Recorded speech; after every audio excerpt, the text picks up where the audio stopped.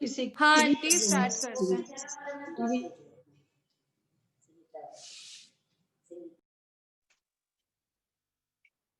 शुक्ल ध्यान प्रचंडाग्नि संदग्धाखिल कर्मकं वर्धमानं जिनं नत्वा पश्चिमं तीर्थनायकं बालानां हितबुद्ध्याहं प्रेरितोऽद्य यथागमं करोमि वर्णनं किंचित् कर्मणां हतशर्मणाम्। सरस्वती नमस्तुभ्यं वरदे कामरूपिणी विद्यारंभं करिष्यामि सिद्धिर्भवतु मे सदा। द्वादशं चिन्वानी माता की जय। कर्णान्यो ग्रंथराज की जय। कल हम लोगों ने बंध स्थान जाने और उदय स्थान जाने, सत्व स्थान जाने, तीनों स्थान हम लोगों ने जाना। स्थान का मतलब कितनी कितनी प्रकृति रूप से ये कर्म, जैसे 8 कर्मों के अगर एक एक कर्म का डिफरेंस होता तो एक प्रकृति का एक बंध स्थान, 2 प्रकृति का दूसरा बंध स्थान, तीसरी प्रकृति का 3 बंध स्थान, तो 8 बंध स्थान होने चाहिए थे। लेकिन ऐसा नहीं होता है। क्यों नहीं होता है? कि किसी किसी गुण स्थान में 3 4 प्रकृतियों का यह बंध विच्छुत्ति होती है, उदय विच्छुत्ति होती है, सत्व विच्छुत्ति होती है। तो इसलिए 8 प्रकृति का 8 स्थान नहीं बनता है। जिस जिस हिसाब से उनकी बंध विच्छुत्ति होती है, उदय विच्छुत्ति होती है और सत्व विच्छुत्ति होती है, उस हिसाब से स्थान बनता है। हम लोगों ने कल बंध स्थान का जाना। 1 से 7वें गुण स्थान तक, 7वें गुण स्वस्थान अप्रमत विरत तक या निरतिशय अप्रमत विरत तक 8 कर्मों का बंध होता है। अगर कोई छपक श्रेणी अथवा उपसम श्रेणी चढ़ने के सम्मुख होता है, यानी 7 अप्रमत में आता है, तो उस समय उसके आयु की बंध विच्छुत्ति हो जाती है और 7 कर्मों को बांधने लगता है। तो पहले 8 कर्मों का बंध कर रहा था तो एक बंध स्थान हो गया। फिर अब 7 कर्मों का बंध करने लगा तो एक बंध स्थान हो गया। उसके बाद वो जब सूक्ष्म संप्राय में आया तो 6 कर्मों का बंध करने लगा। तो वहां पर फिर वो 6 प्रकृति का एक बंध स्थान हुआ। फिर उसके बाद जब आगे आ जाता है 13वें 14वें गुण स्थान में, तो वहाँ एक साता वेदनी का 11 12 13 14 क्या एक प्रकृति का बंध करता है।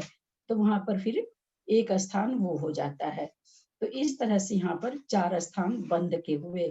फिर उसी तरह से हम उदय के स्थान 10वें गुण स्थान तक उदय, अब बंध नहीं घट रहा, उदय घट रहा। 10वें गुण स्थान तक 8 प्रकृति का बंध हो रहा है। 10वें गुण स्थान के अंत में मोहनीय कर्म की उदय विच्छुत्ति हो जाती है। तो फिर 11वें और 12वें में 7 कर्मों का उदय हो रहा है।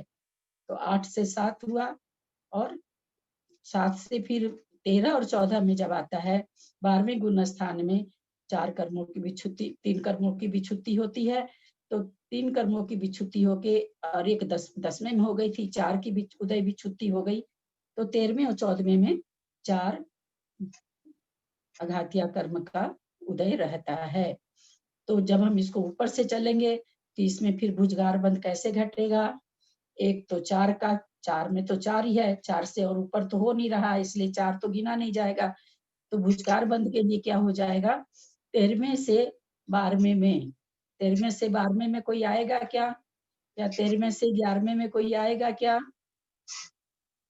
नहीं आएगा। तो ये भुजगार बंध बनेगा नहीं। 4 से 7 में आने का भुजगार बंध बनेगा नहीं। यहाँ भुजगार बंध कितना बनेगा? केवल 7 से 8 में आने पर। तो उदय स्थान में भुजगार बंध कितना हुआ? एक, ओनली एक। कब? जब 7 से 8 में आया तब। 7 प्रकृति का बंध कर रहा था 12वें, कब आएगा? वो भी कैसे घटेगा? उपसम श्रेणी से। 12वें से तो आएगा ही नहीं 10वें में, है ना। वो भी कैसे घटेगा, छपक श्रेणी में नहीं घटेगा, उपसम श्रेणी में घटेगा। उपसम श्रेणी वाला 11वें से 10वें में आ सकता है, आता ही है, आ सकता है क्या, आता ही है। तो एक भुजकार बंध ये भी उपसम श्रेणी से घटेगा। उदय स्थान में एक भुजकार बंध वो भी उपसम श्रेणी की दृष्टि से घटेगा, जब 11वें गुण स्थान से 10वें में प्रवेश करेगा तब एक भुजकार बंध। अब अपने इसमें देखें अल्पतर कितना है। अल्पतर की परिभाषा क्या थी, शुरू में कम बाद में ज्यादा। नहीं, पहले तो अधिक। अच्छा, पहले ज्यादा बाद में अल्पतर में फिर कम। पहले अधिक। ज्यादा फिर कम। हाँ, पहले तो अल्पतर बंद मतलब अल्प अल्प बंद होते जाना, भुजकार मतलब भुजा के जैसे बंद होना। तो हम खोल रहे हैं, हम खोल अल्पतर रहे हैं। अल्पतर बंद। अब हम इसमें उदय स्थान में अल्पतर बंद निकाले तो कैसे घटेगा अल्पतर बंद। पहले 8 का कर रहा है ना, 8 से 7 में गया, 8 प्रकृति का बंध हो रहा था 10वें गुण स्थान तक। 10वें गुण स्थान में एक मोहनीय कर्म गया, उदय विच्छुति एक मोहनीय कर्म की हुई, तो फिर वहां पर 11वें या 12वें में आया तो 7 कर्मों का बंध कर रहा है। 12वें से 13वें में आया तो 4 कर्मों 4 घातिया कर्मों का बंध कर रहा है। तो यहाँ पर अल्पतर कितने घट जाएंगे, 8 से 7 में आया और 7 से 4 में आया। 4 के बाद और कुछ है नहीं, क्योंकि उदय 14वें गुण स्थान तक चारों कर्मों का रहता है। तो यहाँ पर अल्पतर बंध कितने घटे, हाँ, अल्पतर बंध यहाँ पर 2 घटे। तो भुजकार उदय स्थान में भुजकार बंध तो 1 होगा, अल्पतर बंध 2 होगा। अब अवस्थित बंध, अवस्थित बंध की क्या परिभाषा है कि जितने जितने अपने मूल कर्म में चल रहे हैं, जितने कर्म अभी बंध रहे हैं, अगले समय में भी उतने ही कर्मों का बंधना, उसको अवस्थित बंध कहा। अब 8 प्रकृति जो बंध रही है, कहाँ से कहाँ तक, 1 से 10 तक, सॉरी उदय हो रही है। 8 प्रकृति 8 कर्मों का जो उदय हो रहा है, कहाँ से कहाँ तक हो रहा है, पहले गुण स्थान से लेकर के 10वें गुण स्थान तक। तो 8 प्रकृति का अवस्थित बंध हो गया। फिर उसके बाद 10वें गुण स्थान में मोहनीय कर्म चला जाता है, तो 7 कर्मों का बंध हो रहा है। कहाँ से कहाँ तक, 11 से 12 तक। 11 में कोई नहीं जा रहा है तो 12 में है, तो 12 में पूरे 12वें गुण स्थान में 7 प्रकृति का बंध हो रहा है। तो एक अवस्थित बंध ये हो गया। अब 12वें से 13वें में आ गया जीव, तो 4 उदय उदय हाँ उदय उदय 7 प्रकृति का उदय है। तो एक अवस्थित नहीं, अवस्थित बंध तो ठीक ही बोल रहे हैं। उदय में अपने को ये चारों बंध घटाने हैं, है ना। अपने को घटाने क्या है, भुजकार बंध, अल्पतर बंध, अवस्थित बंध घटाने हैं, है ना। सब में बंध में घटाया, उदय में घटा रहे हैं, तो वो बंध ही कहलाएगा। तो एक अवस्थित बंध 8 प्रकृति का हुआ, दूसरा अवस्थित बंध 4 प्रकृति का हुआ, 13वें में आ गया 4 प्रकृति की उदय चल रही है, और 14वें में भी 4 प्रकृति का उदय चलेगा। तो तीसरा अवस्थित बंध 4 प्रकृति का हुआ। तो उदय स्थान में 8 कर्मों के उदय स्थान में भुजकार बंध, तो भुजकार बंध का स्थान 1 है, अल्पतर का 2 है और अवस्थित का 3 है। अब इसमें अवक्तव्य स्थान भी घटेगा। अवक्तव्य कैसे घटेगा, 11वें से कोई 10वें में आ रहा है, मोहनीय कर्म वादना कर्म, मोहनीय कर्म की उदय विच्छुति हो गई थी, अब वापस वो 11वें से 10वें में आया और उसको उदय होने लगा। तो ये अवक्तव्य, ये जब भी घटेगा उपसम श्रेणी से ही घटता है। तो एक अवस्थित बंध हो गया, अवस्थित बंध प्राय एक ही रहता है। तो इस तरह से उदय स्थान में हमने जाना, उदय स्थान कितने, उदय स्थान 8 7 4 का, उदय स्थान में भुजकार बंध कितने, 1, उदय स्थान में अल्पतर बंध कितने, 2, उदय स्थान में अवस्थित बंध कितने, तो 3। अब हम लोग चलते हैं सत्व स्थान में। तो पहले गुण स्थान से लेकर के एक थोड़ा सा बताइए ना, अवस्थित बंद थोड़ा नहीं समझ में आया। अवस्थित बंद है। अवस्थित बंध की परिभाषा क्या है कि जो जितनी कर्म प्रकृति 8:01 में बंध रही है, उतनी ही प्रकृति का बंध 8:02 पर भी हो।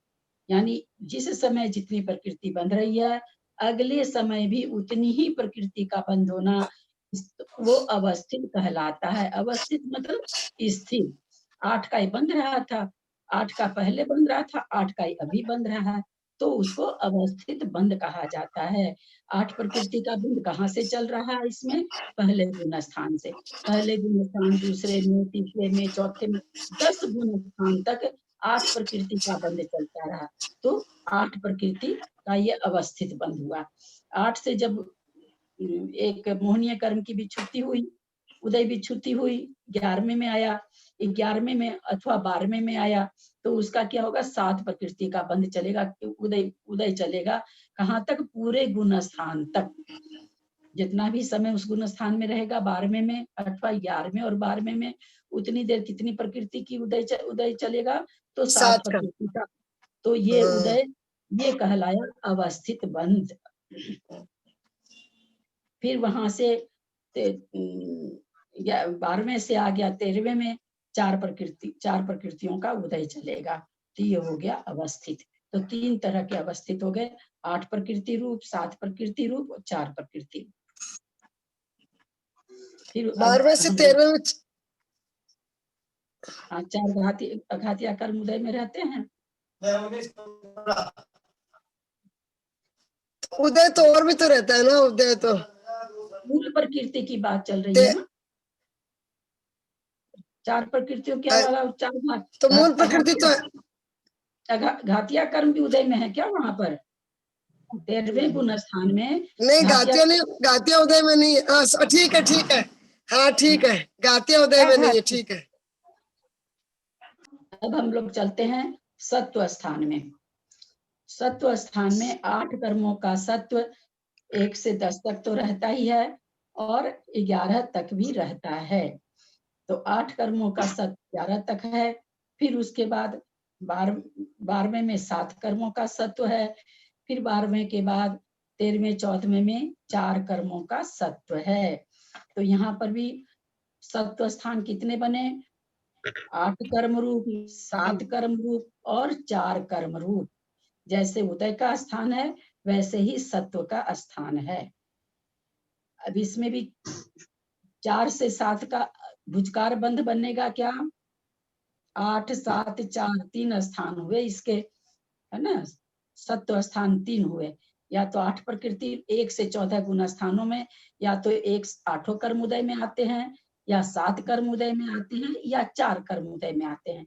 कोई सोचे कि ऐसा कोई गुण स्थान नहीं है जहां यह कहा जाए कि इस गुण स्थान में 6 मूल कर्मों का सत्व है, अथवा इस गुण स्थान में 5 मूल कर्मों का सत्व है।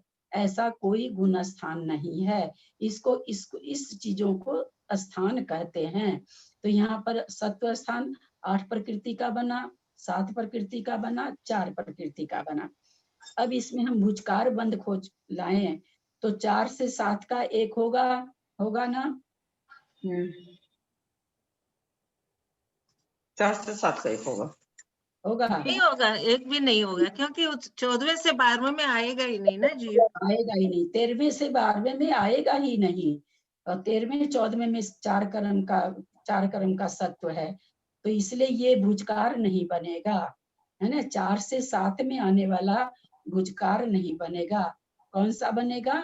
एक केवल, अच्छा, 7 से 8 में भी आने का भुजकार नहीं बनेगा, क्योंकि 12वें से 10वें में नहीं आता। इसलिए सत्व स्थान में भुजकार बंध का स्थान एक भी नहीं बनेगा। ठीक है, समझ में आया? आ गया। सत्व स्थान में 4 से 7 में आ रहा है, तो 13 से 12 में आ रहा है, जो जीव आएगा नहीं। 12 में 7 बंध रहा है, उसके बाद 11 अथवा 10 में 8 बंध रहा है, तो 12 से 10 11 में आएगा नहीं। तो भुजकार बंध एक भी नहीं है, सत्व स्थानों में एक भी नहीं है। अल्पतर कितने हो जाएंगे? तो अल्पतर 8 से 7 में भी जाएगा, 7 से 4 में भी जाएगा, तो अल्पतर 2 हो जाएंगे। और अवस्थित 8, 7, 4 तीनों हो जाएंगे, तो भुजकार 1 भी नहीं, अल्पतर 2, अवस्थित 3। समझ में आई ये सारी चीज? समझ में आ गई है ना? हाँ, नहीं? आई है। हाँ, क्या एक बार वापिस बोलिए, एक बार ये अल्पतर 2 वाक्य 8 से 7 और 7 से 4। हाँ हाँ, इसमें 2 हो गया, तो आराम से कोई भी जीव 10 8वें में भी छुट्टी, 8वें गुण स्थान में सूक्ष्म इसमें 1 से 11 10वें गुण स्थान में एक कर्म भी छुट्टी करा, सत्व भी छुट्टी 1 हुई, 10वें से 12वें में गया, 12वें में गया तो फिर वहां पर कर्मों की भी छुट्टी कर लेगा, 3 कर्मों की उदय भी सत्व भी छुट्टी हो जाएगी, फिर 13वें में जाएगी तो 4 घातिया कर्म उदय में रहेंगे। तो इसलिए अल्प भुजकार तो इसलिए नहीं घटा कि 13वें 14वें से आएगा नहीं, उसमें 12वें में आएगा नहीं, 12वें में है 7 कर्मों का बंध, जो कि 12वें गुण स्थान के अंत में 3 कर्मों का क्षय करता है, सत्व भी छुट्टी होती है 3 कर्मों की, ज्ञानावरण, अंतराय और दर्शनावरण। तो इसलिए वो 13 से 12 में तो आएगा नहीं, और 12 से 10 या 11 में भी नहीं आएगा, 11 से तो 10 में आ जाएगा, 11 से 10 में आएगा तो क्या फर्क पड़ेगा, जितनी 11 में है वैसे की वैसे 10 में है, क्योंकि 8 कर्मों का सत्व कहाँ तक है? 11वें तक है, वैसे तो 11वें तक है, क्योंकि 11वें में कोई जीव नहीं जा रहा है तो 10वें तक है, तो इसलिए 10वें 8वें 11वें का कोई बंध विच्छुत्ति बन नहीं रहा, कर्मों कम होना बन नहीं रहा, तो यहाँ पर इसलिए भुजकार बंध 1 भी नहीं घट रहा है, क्योंकि ऊपर से जीव नीचे वहां तक आएगा ही नहीं जहाँ 8 कर्मों का बंध हो रहा है 10वें गुण स्थान में। और अल्पतर बंध 8 से 7 में जा रहा है, 7 से 4 में जा रहा है, तो अल्पतर बंध 2 हो गए। और अवस्थित बंध 8 कर्मों का बंध कहाँ तक कर रहा है? 10वें 11वें तक। फिर 7 कर्मों का बंध किसमें कर रहा है? पूरे 12वें गुण स्थान में। फिर 4 कर्म सत्व बंध आ जाता है, 10वें गुण स्थान तक तो सत्व 8 कर्मों का है, 10वें अथवा 11 तक सत्व कितनी प्रकृति का है? 8 प्रकृति का है। 12वें गुण स्थान में सत्व कितना है? 7 प्रकृति का है। और 13वें 14वें में कितना सत्व है? तो 4 प्रकृति का है। तो ये अवस्थित हो गया, इतनी देर तक एक ही प्रकृति का सत्व बना हुआ है, एक स्थान का ही सत्व बना हुआ है, तो ये 3 अवस्थित भी हो गए, 2 अल्पतर हुए, 3 अवस्थित हुए, और भुजकार 1 भी नहीं हुआ। आया सुमन भाभी समझ में? सुमन जी कहाँ अटक रहे हैं आप? बोलिए, आपको कहाँ अटकन हो रही है? थोड़ा ये समझ में कम आया है। कहाँ अटक रहे हैं बोलिए, क्या चीज इसमें क्या नहीं पकड़ में आ रहा आपको? मतलब 8 कर्मों का 11वें तक है तो 10वें तक तो है ही नहीं ना, पहला तो ये हो गया, फिर मोहनीय कर्म खत्म हो जाता है 12वें में, तो वहां 7 का होगा नहीं, मोहनीय नीचे आएगा ही नहीं ना जीव। 1 मिनट, मोहनीय कर्म 10वें में खत्म हो जाता है, 10वें में सत्व विच्छुत्ति हो जाती है ना। अब 10वें से सत्व विच्छुत्ति होगी, 12वें में गया जीव, 12वें में है तो 7 कर्मों का सत्व है, क्योंकि केवल उसको मोहनीय कर्म की विच्छुत्ति हुई है, और 12वें में भी 7 कर्म की विच्छुत्ति, 7 कर्म उसके सत्ता में चल रहे हैं। अब 12वें में वो 3 कर्म का सत्व विच्छुत्ति होगी, ज्ञानावरण, दर्शनावरण और अंतराय, तो एक पहले सत्व विच्छुत्ति हो गई, 3 अभी हो गई, तो 4 की विच्छुत्ति हो गई। अब 13वें 14वें में 4 अघातिया कर्मों का उसको सत्व बना हुआ है ना।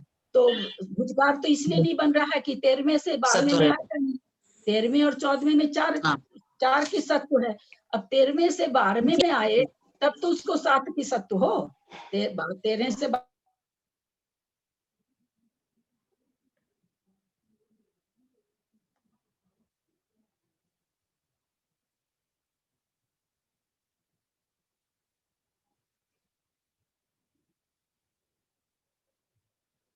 मनीष 7 से 8 वाला भी भुजकार बंध नहीं घट रहा है।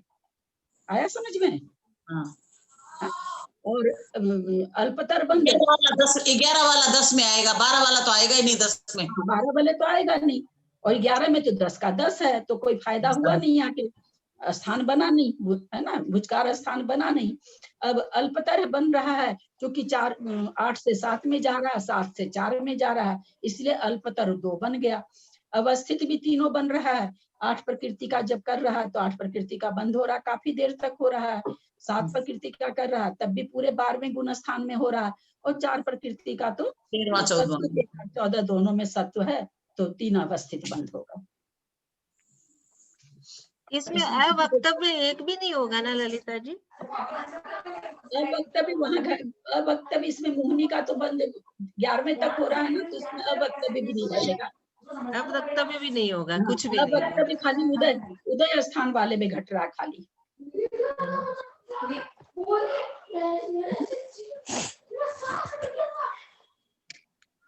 इनके यहाँ से थोड़ा भी डिस्टर्ब है वो अपने आप को स्वयं में म्यूट कर लें, क्योंकि सबको म्यूट कराते हैं तो प्रकरण ऐसा है कि अगर समझ में नहीं आएगा तो मुझे पता नहीं चलेगा, तो खुला रखना भी जरूरी है। सुमन जी, मंजू जी, ये सब अपने आप को म्यूट कर लीजिए वापस पूछ के। नहीं, मैं पूछने वाली थी इसलिए जीजी मैंने खोला अभी। हाँ पूछो। मेरे यहाँ आवाज नहीं आ रही, कोई मतलब डिस्टरबेंस नहीं है। मैं ये पूछ रही थी ललिता जी, ये अवस्थित, एक सेकंड, अवस्थित बंद जो है उसमें ये 4 बनेंगे या 3 बनेंगे? 3 बनेंगे ना। 8 अवस्थित बंद है, 7 3 4 तो है ही नहीं ना। नहीं, उदय सत्व में नहीं पूछ रही मैं, उदय सत्व में नहीं, शुरू वाले बंद उसमें हो रहा है मेरे कंफ्यूजन कि 1 से 7 तक जैसे 8 प्रकृति का बंद है तीसरे गुण स्थान को छोड़ के, तो ये पहले अवस्थित बंद इसको गिनेंगे ना, या इसके बाद से? हाँ लिखा हुआ ना, देखिए जो फोटो कहीं 4 लिखा हुआ है ना, अवस्थित बंद 4 जो फोटो मैंने भेजा है ना, उसमें 4 लिखा हुआ है ना, 1 भी लिखा है साइड में। अच्छा हाँ लिखा है ना, तो हम लोग इस चीज को समझे होंगे। इस बाबत कोई प्रश्न है तो करें, नहीं तो इसकी उत्तर प्रकृति अगर कोई पढ़ना चाहे तो, चूंकि बहुत ज्यादा है, 122 120 बंद की है, 122 सत्व की है, 148 122 उदय की है, 148 सत्व की है, तो बहुत लंबा विवेचन होगा, 15 दिन तक चलेगा और कोई मतलब नहीं बनता। अपने को एक चीज समझनी थी कि कभी भी कहीं हम कहीं सुने तो हाँ भाई हाँ भुजकार बंद पड़े हुए हैं, ये होता है, अल्पतर ये होता है, अपने को बंद से परिचय करना था, वो अपने लोग का हो गया। तो अब आगे चलते हैं, आगे अपने लोग लेने वाले हैं भागहार। भुजगार वर्ड हम तो कार समझे थे कल तक, तो कहाँ गार लिखा, काली काली वाला क है, भुजकार। बहुत लोग इसको भुजगार भी लिख देते हैं, कोई भुजागार भी लिख देता है। वास्तव में शब्द जो कर्म कांड जी में है वो भुजकार है। क या ग? क काली वाला क। पर आपने तो ग लिखा उसमें, कहाँ लिखा? उसमें परिभाषा में भी गाय आया हुआ है, जैन दर्शन में परिभाषा में भी गाय आया हुआ है, भुजगार आया हुआ है इसमें। मैं आपको बोली ना कि ये दोनों तरह से आता है। मैं भुजगार लिखी हूँ तो इसका मतलब कर्मकांड जी में भुजगार है, इसमें तो मैंने कर्मकांड जी से लिखा, पर है ना आपको दोनों तरह से लिखा हुआ भी मिलेगा, भुजाकार भी मिलेगा, भुजगार भी मिलेगा, बहुत तरह से, क्योंकि वो सबका मतलब तो भुजा तो निकल ही रहा है, तो वैसा निकल हो जाता है। बस भुज शब्द उसमें आना चाहिए। दलिता जी कर्मकांड में भुजकार है, ग है, ग से गाय, क्या है? हाँ ग है भुजकार। ललिता जी बोल तो कह ही रहे हैं, लेकिन लिख के भेजा उसमें गए है ना मंजू भाभी? गई होगा सुमन जी, ठीक लिखा है उन्होंने, गई है, इसमें भी गई है, गई है। तभी तो मैं कंफ्यूज हो गई, मैंने कहा बोल तो कार नहीं है। हाँ वो दोनों ही चलता है वैसे तो, लेकिन फिर भी मैं आपको देख के, अगर गलती हुई है मेरे से तो मैं देख के बता। ऐसे भी हाथ का भुजंग होता है ताई जी, भुजंग। भुजंग सर बोलते हैं,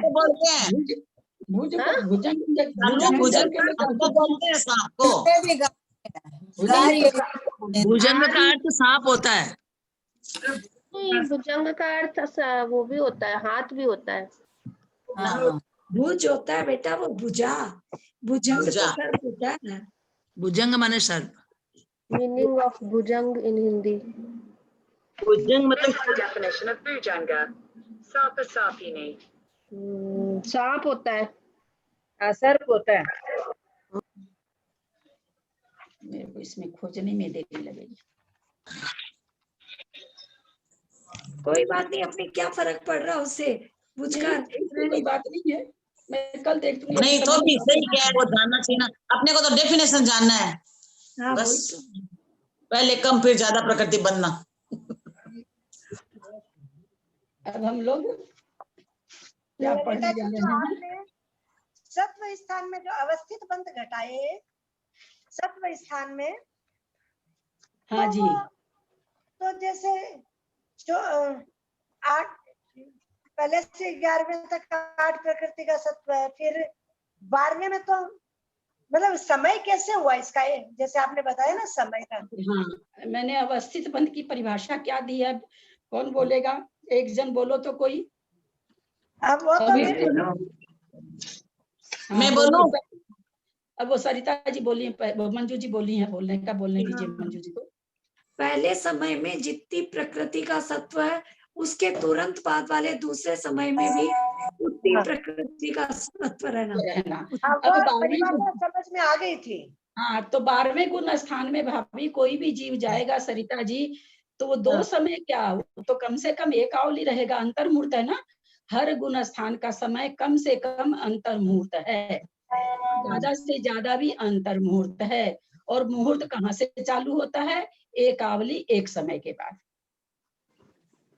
तो कितना रहेगा एक आवली में? कितना समय? असंख्यात समय। तो उतना समय तो वो रहेगा ही रहेगा। तो उतने समय तक उसको कितनी प्रकृति का सत्व रहेगा? 7 प्रकृति का।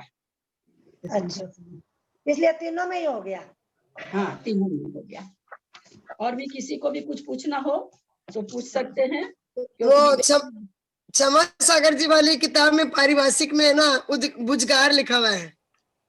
क्षमा सागर जी वाली किताब है ना, उसमें बुझगार है।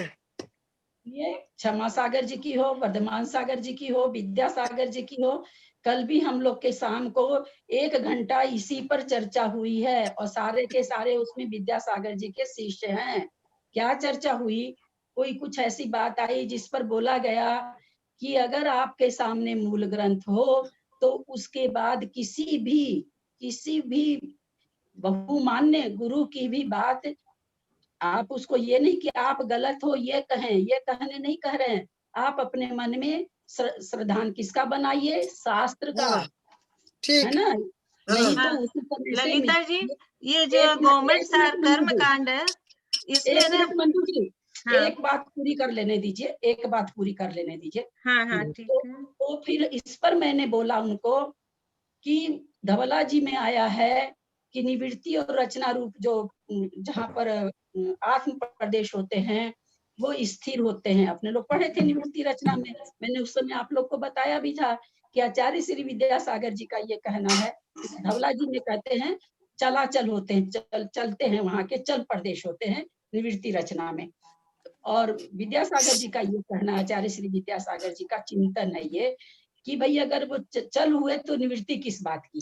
निवृत्ति तो एक जगह स्थिर आंख, तो वहाँ के प्रदेश अचल होना चाहिए। तो मैंने ये बात कल उनको कही, मैं कि है भी, चूंकि लिखित में आ रखा है ये कोई मौखिक बात नहीं है। जो शंका समाधान जिज्ञासा समाधान की किताब है उसमें बेनाड़ा जी ने ये बात दे रखी है, हम आप लोग को भी बताए थे। तब उस पर उन्होंने कहा, प्रणम्य सागर जी का नाम लिया और एक किसका लिया, बोले दोनों कहते हैं आचार्य श्री जी की बात आचार्य श्री तक ही रहने दिया करो, उसमें आगे मत दिमाग लगाया करो। खास करके बोलते प्रणम्य सागर जी बोलते हैं, क्या मतलब हुआ? अगर हम आचार्य श्री, हम लोगों में इतनी बुद्धि नहीं है कि हम आचार्य श्री को गलत कहें, और पहले के आचार्यों को तो आचार्य श्री भी नहीं कह सकते हैं। तो भाई ठीक है, तो हम लोगों को अगर हम अपना श्रद्धान कहाँ बनाना चाहिए? जहाँ मूल ग्रंथ हो। अगर मूल ग्रंथ नहीं है तो फिर ठीक है। हम तो आप लोग को पहले कहा कि कल हम इसमें से देख के आप लोग को बताएंगे कि हमने उसमें, हम कार बोल रहे हैं उसमें, क्योंकि कार तो हम इसलिए बोल रहे हैं, मेरे दिमाग में आकार है इसलिए भुजकार बोल रहे हैं। हो सकता है इसमें गार हो, क्योंकि भुजकार है। इसमें निम्नचंद सिद्धांत वाले में भुजकार लिखा हुआ है। कैसे?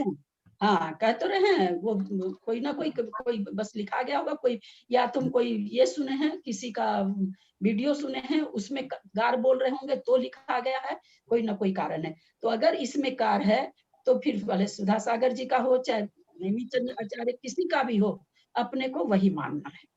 हम किसी आचार्य किसी भी साधु परमेष्ठी को गलत नहीं कह रहे हैं, लेकिन हम मानेंगे किसको, पहले के आचार्य आराकीय को मानेंगे। ठीक।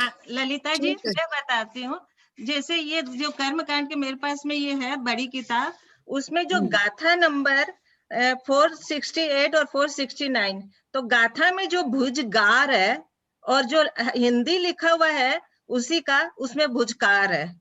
मतलब गाथा में भुजगार है, भुजगार अपरा जैसे करके लिखा हुआ है, और उसका हिंदी जो किया हुआ है वो भुजकार है। तो प्राकृत में गार हो गया होगा। नहीं, अरे भाई वो प्राकृत भाषा है ना, प्राकृत भाषा तो ये 468 और 469 है। इसी कारण से दोनों बोलने में आती है ये, है ना। इसी कारण से सभी को, इसको कोई कुछ बोलता, चूंकि अगर हम भुजगार बोल रहे हैं तो प्राकृत बोल रहे हैं, भुजकार बोल रहे हैं तो हिंदी बोल रहे हैं, तो इस तरह से इनमें दोनों चीज चल जाएगी। और जब अब हम लोग को ललिता जी, हाँ मैं मेरे को कुछ भी समझ में नहीं आया क्योंकि मैं बिल्कुल एब्सेंट थी इस क्लासेस में और थोड़ा सुनी भी नहीं वीडियो। मैं आज पहले पूरा रात को सुनूंगी, जब नहीं समझ में आएगा तो मैं कल पूछूंगी। सुनकर मुझे नहीं समझ में आया। क्या कभी का पढ़ा हुआ कभी भी पूछिए ना भाई, कोई मना थोड़ी, कल का आज की कोई बात नहीं है। नहीं मैंने कुछ सुना ही नहीं, कुछ पता नहीं, मुझे कुछ भी पता नहीं, ABCD शुरू का ही नहीं समझ में आया, कुछ सुना ही नहीं ना ठीक से, मैंने पढ़ा नहीं। 2 दिन से गेस्ट आए हुए थे, मैं एकदम खाली नहीं हो पा रही थी और बाहर का चक्कर। ये आपने जो चार्ट भेजा है, पूर्व बंद 1 वेदनी का उपसम श्रेणी, नवीन बंद बाद में छठा गुणस्थान सूक्ष्म संप्राय में आना, इसमें श्रेणी लिखा है क्या? पहले श्रेणी चढ़ते हुए? हाँ ये श्रेणी वाले का है, और नीचे सामान्य से 8 कर्म, नीचे सामान्य लिखा हुआ। श्रेणी और सामान्य के बीच में क्या दिया आपने? 7? नहीं वो सब श्रेणी है। नीचे सामान्य लिखा हुआ, नीचे सामान्य लिखा हुआ, उसका मतलब कि 8 कर्मों का बंद तो मिथ्या दृष्टि हो, 1 इंद्रिय 2 इंद्रिय, किसी को भी 8 कर्म होता रहता है। कोई ऐसा जीव नहीं है पूरी दुनिया में, मुनि महाराज से लेके 1 इंद्रिय तक, लब्ध पर्याप्त तक जिसको 8 कर्मों का बंध नहीं होता है ना। 8 कर्मों में मूल प्रकृति, उत्तर प्रकृति में बंध का ये है। हाँ। किसी को कितनी होती है, किसी को कितनी 120 की जगह किसी को 90 हो रही है, किसी को 101 हो रही है, किसी को 107 हो रही है, 104 हो रही है, बहुत इस तरह का विवरण है। पर मूल कर्म तो 8 सबको बंध रहा है, तो इसलिए नीचे लिखा हुआ सामान्य, माने सबको बंधने वाली। ठीक। ललिता जी, अवक्तव्य की परिभाषा क्या लिखें? जैसे भुजगार कम से ज्यादा, अल्पतर ज्यादा से कम। हाँ अवक्तव्य की परिभाषा बताए थे ना पहले। हाँ परिभाषा नहीं, बस उसका उदाहरण से ही आया है। अवक्तव्य की बोल के परिभाषा कुछ नहीं आई है, वैसे ही आया है कि पहले मोहनीय कर्म का बंध नहीं था और 11वें गुण स्थान से आके वापस मोहनीय कर्म का बंध करने लगा, ये एक अवक्तव्य स्थान हुआ, ऐसे लिखा हुआ। ठीक, इसके अलावा कुछ नहीं लिखा हुआ। ठीक। अब हम लोग पंच भागाहार चूलिका, पंच भागाहार चूलिका नाम सुने हुए हैं कि आप लोग? कितने लोग सुने हुए हैं? कितने लोग जानते हैं? कुछ नहीं जानते हैं। नाम पंचभागा पहली बार सुना। ललिता जी नहीं सुना, पहली बार पढ़ेंगे हम भी। चलिए तो ठीक है, खूब ध्यान से सुनिए। मुझे तो बहुत अच्छा लग रहा है, आप लोग को लगेगा कि नहीं? इंटरेस्टिंग। आचार्य ने बहुत अच्छा अधिकार दिया है कर्मकांड जी में। इसका पंच भागाहार चूलिका मंगलाचरण करते हैं। जथ भरनेमि चंदो महनेन वीणासो निमलो जादो, सो अभय नंदी निमल सुओ वही हरहु पावमलम। पंच भागाहार चूलिका के 5 कौन से नाम है उसकी गाथा है। उवेलन बीजादो अद्धापवतो गुणो यशवोय, संकमदिजेहिम कम्मं परिणाम वस्तेन जीवाणम्। बंधे संकामि जति नो बंधे नथि मूल पैडीनम, दंसन चरित मोहे आउतहु के न संकमनम। पंच भगा भाग चुलिका। कितना नंबर की गाथा है? क्या करूं बोलिए?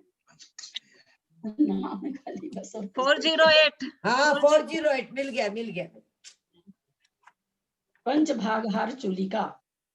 चुलिका मतलब क्या होता है हम लोग सब कोई जानते हैं। चुलिका में हम लोगों ने एक चुलिका, त्रिचुलिका आचार्य बताने का प्रतिज्ञा किए हैं, उसमें से एक चुलिका हम लोगों ने पढ़ ली।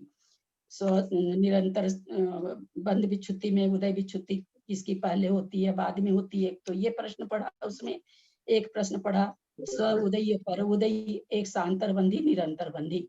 तो त्रिचुलिका अधिकार आचार्य ने प्रॉमिस किया था पढ़ाने का, समझाने का, उपदेश देने का, उसमें से एक हो गई है। दूसरी चुलिका का नाम है पंच भागाहार चुलिका। ऐसे तो भागाहार मतलब होता भाजक, यानी जिस संख्या से हम भाज्य में भाग दें उसको भागाहार कहा जाता है, भाजक, है ना। हम लोग अपने जमाने में हिंदी में पढ़े हुए हैं तो सब लोग जान रहे होंगे भाजक का मतलब जिस संख्या से भाग दिया जाए उसको कहते हैं भाजक। वो संख्या कितनी प्रकार की हो सकती है? तो आचार्य कहते हैं वो संख्या 5 प्रकार की हो सकती है।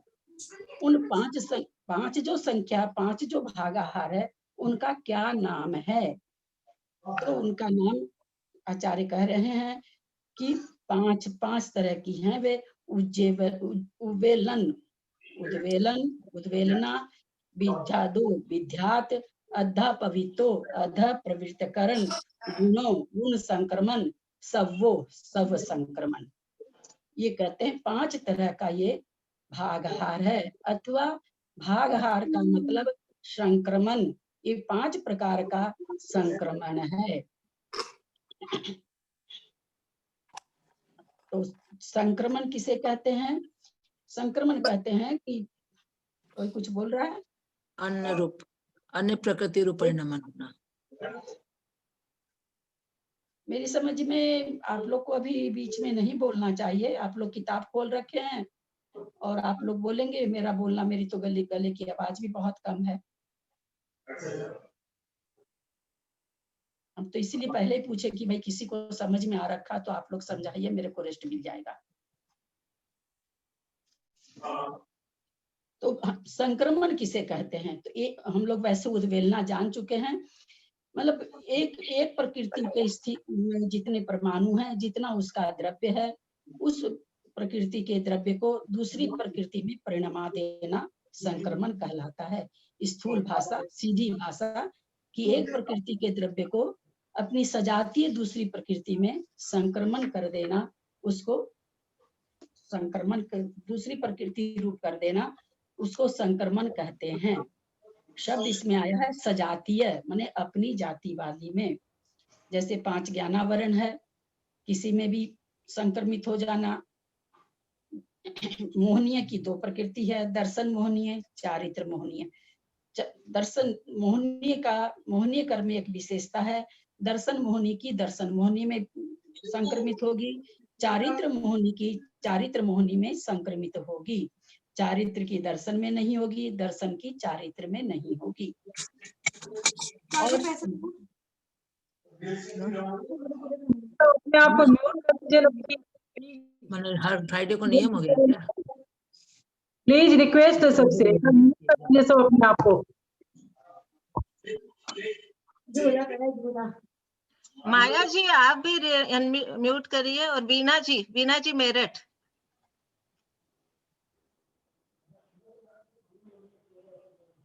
हम एक दिन और पहले भी आप लोग को बोले थे, हम लोग अगर स्वाध्याय के बीच में कुछ भी और चलाते हैं, बोलते हैं, हम स्वाध्याय का अपमान कर रहे हैं। हम कहानी नहीं पढ़ रहे हैं, हम बहुत बड़े सिद्धांत पढ़ रहे हैं। सिद्धांत ग्रंथों की तो ऐसे ही बहुत ज्यादा बहुमान करना चाहिए, चारों अनुयोगों का ही करना चाहिए। सब आचार्यों के आरातियों के मुंह से निकली हुई वाणी है, लेकिन सिद्धांत को तो बहुत ही पूज्यता से सुनना चाहिए। अंतराय आप अपने को भी डाल रहे हैं, दूसरे को भी डाल रहे हैं। ये तो बोलने बीच में कुछ भी होने से मेरे दिमाग से बात ही निकल जाती, मैं क्या बोल रही थी। हाँ, दर्शन मोहनी, चारित्र मोहनी। दर्शन मोहनी की प्रकृति चारित्र मोहनी में नहीं बदलेगी, चारित्र मोहनी की प्रकृति का संक्रमण दर्शन मोहनी में नहीं होगा। ये एक स्पेशल सिद्धांत है। जबकि स्वजातीय कर्म में प्रकृतियां बदलती है, पर मोहनीय कर्म के लिए ये एक विशेष क्या नाम है, सुन्याय है अथवा विशेष सिद्धांत है। बाकी जितनी प्रकृतियां हैं, नामकर्म की प्रकृति का परिवार बहुत बड़ा है। हम लोगों ने इसको पहले ही जान लिया है कि नामकर्म की प्रकृति कोई भी किसी में बदल सकती है। सजातीय में भी, सजातीय इंद्र समूहवाचक जैसे जाति कर्म 4 प्रकार का, शरीर नामकर्म 5 प्रकार का है ना, बहुत सी ऐसी प्रकृति हैं, आंगोपांग 3 तरह का ना। तो जो प्रकृतियां पिंड रूप से हैं, वे अपने पिंड में भी बदल सकती हैं और नामकर्म की किसी भी प्रकृति में संक्रमित हो सकती हैं। जैसे मान लीजिए गति नामकर्म है, वो एक इंद्रिय जाति में बदल सकता है। गति नामकर्म है, शरीर नामकर्म में बदल सकता है। यानी 93 की 93 प्रकृतियां किसी में भी आपस में संक्रमित हो सकती है। यही कारण है कि चारित्र मोहनीय कर्म में अलग से बताया गया, क्योंकि इसकी दोनों प्रकृति आपस में संक्रमित नहीं होती है। अब यहाँ पर आचार्य ने 5 संक्रमण का नाम दिया। उद्वेलना हम लोग पढ़ चुके हैं, 13 प्रकृति की होती है। अब हमने तो बहुत साधारण सा पढ़ा कि उद्वेलना होती है, धीरे धीरे पल्ले का संख्यात्मक भाग खत्म होते होते हो जाता है। लेकिन उसके खत्म होने में कि ये 5 तरह का जो संक्रमण है, उसमें से कितने संक्रमण एक प्रकृति के द्रव्य को खत्म करने में होते हैं, ये इसमें हम लोगों को सारी प्रकृतियों के लिए बताया जाएगा। 148 प्रकृति हैं, उसमें किसमें तो ये 5 संक्रमण होते हैं, किसमें 1 होता है, किसमें 3 होता है, किसमें 4 होता है, किसमें 5 होते हैं। इस तरह से बताया जाएगा। पहले 5 संक्रमण को हम लोग समझें कि क्या है। तो उद्वेलना संक्रमण हम लोग समझ चुके हैं, 13 प्रकृति की उद्वेलना होती है, हम लोग जान चुके हैं। फिर उसके बाद है विध्यात्व संक्रमण। विध्यात्व संक्रमण उसे कहते हैं मतलब ये 4थे से 7वें तक में होता है। और जिन प्रकृतियों का जहाँ नियम से बंध संभव नहीं है, वहां उन प्रकृतियों का विध्यात्व संक्रमण होता है। जहाँ जिन प्रकृतियों का सारा चीज लिखाएंगे आप लोग को, हम आज केवल परिचय दे रहे हैं, फिर बढ़िया से लिखा देंगे, 5 संक्रमण की परिभाषा लिखा देंगे। तो जहाँ जिन प्रकृतियों का बंध संभव नहीं है, वहां उन प्रकृतियों का विध्यात्व संक्रमण होता है। फिर कहते हैं कि अधः प्रवृत्त संक्रमण किसे कहते हैं, तो जहाँ जिन प्रकृतियों का बंध संभव है, वहां उन प्रकृतियों का बंध होने पर उसके न होने पर भी अधः प्रवृत्त संक्रमण होता है। जहाँ जिन प्रकृतियों का बंध संभव है, वहां उन प्रकृतियों का जहाँ संभव है, जहाँ जिन प्रकृतियों का, सभी प्रकृतियां, उत्तर प्रकृतियां सभी सब जगह नहीं बंधती हैं, तो जहाँ जिन प्रकृतियों का बंध संभव है, वहां अगर बंध हो रही है तो भी, और बंध नहीं हो रही है तो भी अधः प्रवृत्त संक्रमण होता है। गुण संक्रमण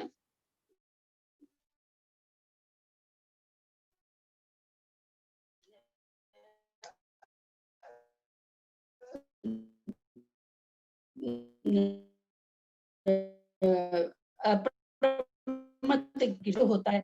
हम लोग ये जान चुके हैं कि ऐसा कभी भी नहीं होता कि सारा द्रव्य पीछे का हो एक साथ संक्रमित होकर के और दूसरा रूप हो जाए। जैसे हमने उद्वेलना में समझा था कि पल्ले, हर अंतर्मूर्त में पल्ले का असंख्यात्वा भाग होकर के द्रव्य बदल रहा है।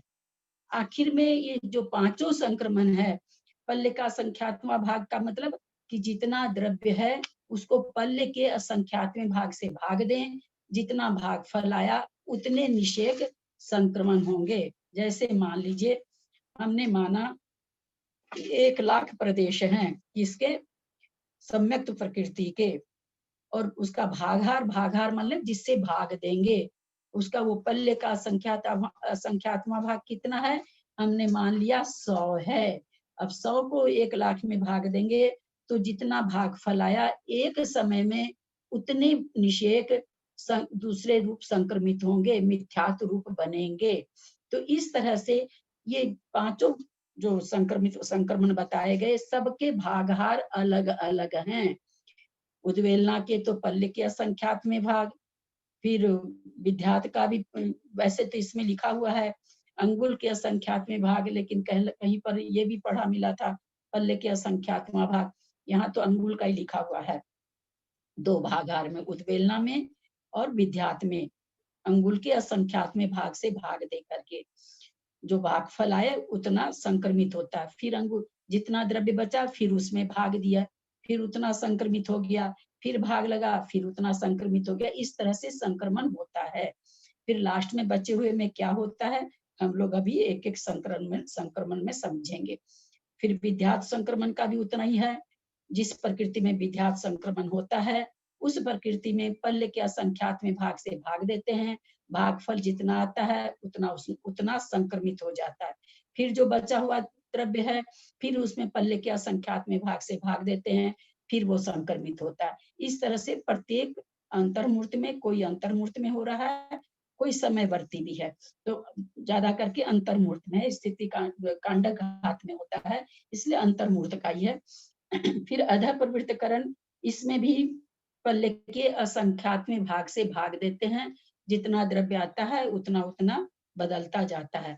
गुण संक्रमण में भी पल्ले का असंख्यात्मा भाग है। प्रश्न यहाँ पर ये उठता है कि अगर सबका पल्ले का संख्यात्मा भाग है तो आचार्य सीधे क्यों नहीं लिख दिए कि चार क्या नाम है, 4 संक्रमण का जो भागहार है वो पल्ले का असंख्यात्मा भाग है। एक शब्द लिख देते, कितना लिखने से बच जाते। यद्यपि सबका पल्ले का असंख्यात्मा भाग होते हुए भी आगे आगे का हीन है, क्योंकि पल्ले का असंख्यात्मा भाग कितनी तरह का होगा, असंख्यात प्रकार का। हम लोग इस चीज को बहुत बार जान चुके हैं। असंख्यात का अगर आप असंख्यात टुकड़े करेंगे वो भी असंख्यात ही कहलाता जाएगा। तो ये सब पल्ले के असंख्यात भाग होते हुए भी उद्वेलना का बड़ा है, उससे छोटा विद्यात का है, उससे छोटा अधः प्रवृत्त का है, उससे छोटा होने से क्या होगा, आप 1,00,000 को 100 से भाग दिए, वो भागफल। उसके बाद और क्या नाम है, सो ये हो गया, छोटा हो गया। अब आप उसको 10 से भाग दे रहे हैं तो भागफल बड़ा आएगा। फिर आप उसको 5 से भाग दे रहे हैं तो और बड़ा भागफल आएगा। तो इस तरह से जो भागहार है वो आगे आगे के इसमें संक्रमण में कम कम होगा, यद्यपि पल्ले का असंख्यातवां भाग होते हुए भी हीन है। अब बच गया सर्व संक्रमण। सर्व संक्रमण का भागहार 1 है। आप 30 में 1 से भाग देंगे, कितना भागफल आएगा, 30 आएगा। 100 में 1 से भाग देंगे, 100 आएगा। तो सर्व संक्रमण अंत की फाली के अंतिम कांडक के अंतिम फाली में होता है। इसका भागहार 1 है, यानी उस समय जितना द्रव्य रहता है वो सारा का सारा संक्रमित हो जाता है, एक ही बार में सारा हो जाता है। वहां पर ऐसा नहीं है कि बार बार करना पड़े। ये हमने 5 संक्रमण को जाना। अब ये सवाल उठता है कि क्या सत्ता का द्रव्य, जैसे मान लीजिए हम लोगों के पास सम्यक्त और सम्यक्त मिथ्यात्व मिश्र प्रकृति है। हम लोग जितने आदमी हैं क्या सबके पास एक जैसी सत्ता होगी? एक जैसी नहीं होगी। तो एक जैसी सत्ता भी नहीं होगी तो क्या पल्ले का असंख्यात्मा भाग सबका एक जैसा होगा? भाजक जिससे उस द्रव्य को भाग दिया जा रहा है वो एक जैसा होगा? वो भी नहीं होगा। क्यों? क्या है ये परिणामों का खेल है। परिणाम की जैसी विशुद्धि रहती है उस हिसाब से भागहार बनता है। अथवा कोई खराब प्रकृति है तो उस हिसाब से उसका भागहार बनता है। तो सब जीवों का सत्ता का द्रव्य भी अलग अलग है, सब जीवों का भागहार भी अलग अलग होता है।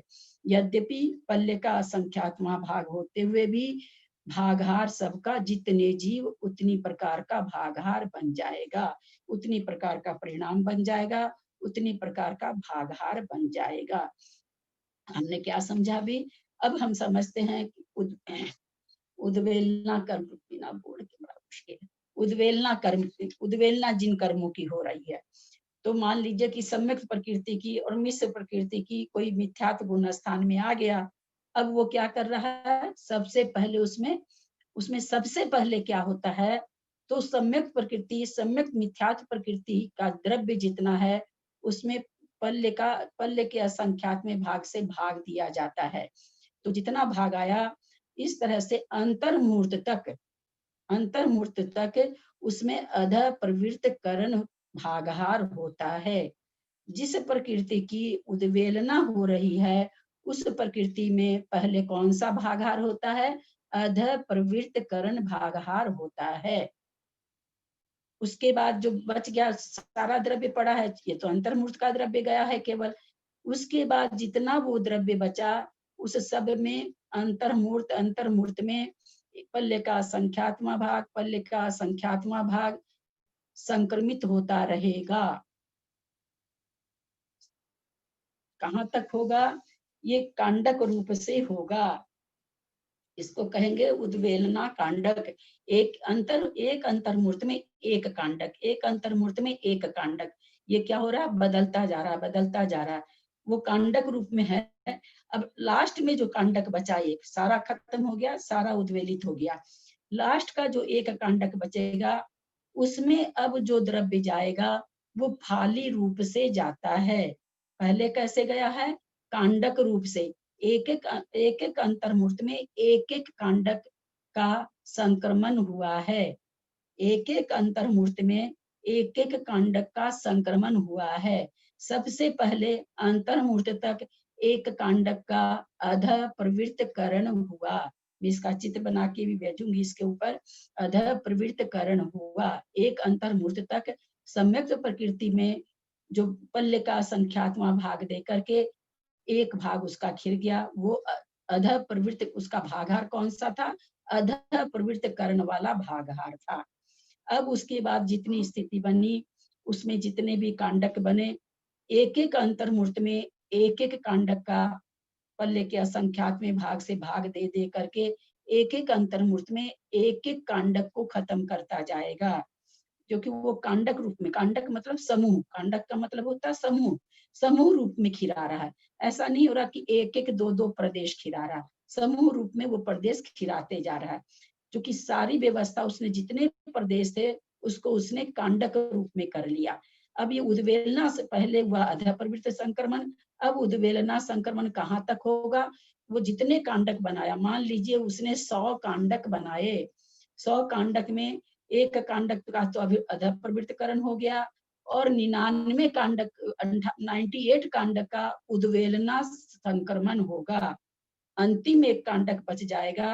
अभी तक अंतर्मूर्त में द्रव्य खिल रहा था, अब अंत में जो कांडक बच गया उस कांडक का द्रव्य एक एक समय में खिलेगा।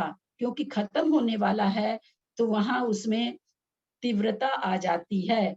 अब एक कांडक का जो द्रव्य बचा वो फाली रूप खिलेगा। मान लीजिए उसमें 10 फाली हुई, तो 10 फाली हुई, 10 फाली में वो द्रव्य बट गया, एक बराबर द्रव्य बट गया। अब उसमें क्या हो रहा है? गुण संक्रमण हो रहा है। पहले अंतिम कांडक में 9 फाली में गुण संक्रमण होगा। फाली किसे कहते हैं? एक समय में संक्रमित होने वाले द्रव्य को फाली कहते हैं। अंतर्मूर्त में संक्रमित होने वाले द्रव्य को कांडक कहते हैं। अब 9 फाली तक एक एक समय में एक एक फाली को गुण संक्रमण के द्वारा संक्रमित करता जाएगा, यानी बदलता जाएगा अथवा नाश करता जाएगा अथवा क्षय करता जाएगा। करते करते 9 फाली खत्म हो गई।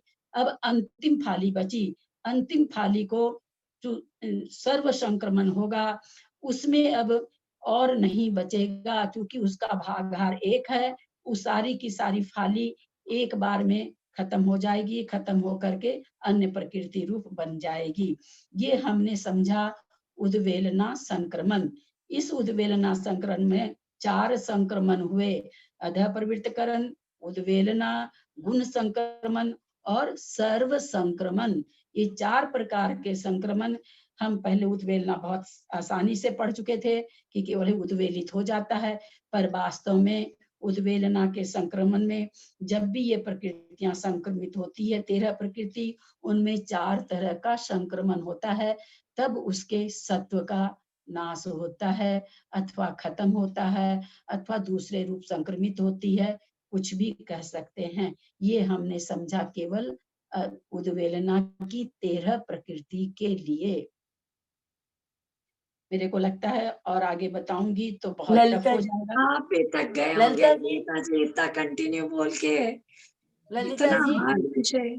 ये जो कांडक और जो फाली में जो समूह होते हैं प्रदेशों के, वो 8 कर्म नहीं, जिस कर्म में हो रहा है उद्वेलना उसी के प्रदेश होते हैं ना? हाँ, उसी के होंगे, 8 कर्मों की जिस बात कर्म है। के प्रदेश उसी के होंगे, तो इतने ही। हाँ, अब मान लीजिए कि आहारक रिद्धि वाले मुनि महाराज थे, पहले गुण स्थान में चले गए, है ना, और सम्यक्त भी था, नेचुरल उनको सम्यक्त भी था।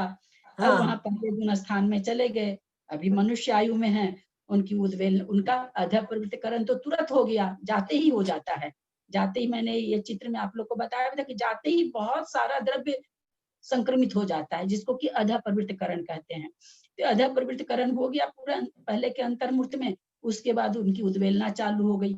अब क्योंकि अंतः कोड़ा कोड़ी वाली स्थिति है तीनों ही कर्मों की, तो वो उसमें मरण भी हो जाएगा, 2 इंद्रिय में चले जाएंगे, 1 इंद्रिय में चले जाएंगे, किसी मनुष्य में चले जाएंगे, किसी त्रियंज में चले जाएंगे, किसी देव में चले जाएंगे, किसी नारकी में चले जाएंगे, वहां उद्वेलना होती रहेगी। जहां भी जाएंगे वहां, मान लीजिए घूम फिर के, क्योंकि अंतः कोड़ा कोड़ी का मतलब तो 1 करोड़ को 1 करोड़ से गुना करें, उससे थोड़ा कम, बहुत बड़ी स्थिति है। आयु तो बहुत छोटी छोटी होती है, 33 सागर की आयु तो सबसे बड़ी आयु है। तो मान लीजिए वो घूमा खूब, 1 इंद्रिय 2 इंद्रिय नारकी में, क्योंकि इन 3 प्रकृतियों का उद्वेलना संक्रमण चारों गति के जीव कर सकते हैं। मिथ्या दृष्टि जीव, चारों गति के जीव इस 3 प्रकृति की उद्वेलना कर सकते हैं। कहीं भी जा गए हैं, कहीं भी हो वो जीव, उद्वेलना चल रही है, उद्वेलना नहीं रुकी है। मान लीजिए उद्वेलना खत्म नहीं हुई, अभी सत्ता में पड़ी ही थी और मनुष्य जन्म में आ गए और फिर उन्होंने छायोपसमिक सम्यक दर्शन प्राप्त कर लिया, तो उद्वेलना रुक जाएगी बीच में। ऐसा नहीं है जैसे और चीजों में है कि भाई जिसने कारण परिणाम शुरू कर दिए वो नियम से सम्यक दृष्टि होगा, जो श्रेणी के सम्मुख आ गया वो नियम से श्रेणी चढ़ेगा। इसमें ऐसा नहीं है, उद्वेलना शुरू हो गई तो वो सब प्रकृति खत्म होके ही रुकेगा, ऐसा नहीं है। वो इसी आयु में, मान लीजिए कोई मिथ्यात्व में गए मुनि महाराज, अथवा कोई श्रावक ही मिथ्यात्व में गया, सम्यक दर्शन सम्यक मिथ्यात्व का उद्वेलना करने लगा, उसको अंतर्मूर्त के बाद वो सम्यक में आ गया, तो वापस वो उद्वेलना रुक गई, फिर चला गया तो फिर होनी चालू हो गई, फिर अगर आ गया तो उद्वेलना रुक गई। तो ये संक्रमण ऐसा नहीं है कि चालू होने के बाद खत्म होके ही ये होता है, ऐसा नहीं है। इसके बीच में परिणामों की विशुद्धि होने से वापस ये संक्रमण रुक सकता है। बाकी और जो प्रकृतियां हैं, जैसे किस किस प्रकृति का होता है, मनुष्य दुखी, देव दुखी, ये सब तो बहुत छोटी छोटी है। अब जिस पर्याय में इसका बताया गया है कि 1 इंद्रिय की और की, तो वहां तो इसकी उद्वेलना पूरी हो जाएगी, पर सम्यक दर्शन आहारक दुख की उद्वेलना एक ही पर्याय में संभव नहीं है, वो कई पर्याय धारण करेंगे ही करेंगे, तभी उनकी उद्वेलना समाप्त हो। आहारक द्विग और सम्यक दर्शन और सम्यक मिथ्यात्व, ये 2 सम्यक और सम्यक मिथ्यात्व, ये 2 प्रकृति का खत्म होगा। इन 4 प्रकृतियों की उद्वेलना में सबसे पहले उद्वेलना किसकी खत्म होती है? आहारक दिक की।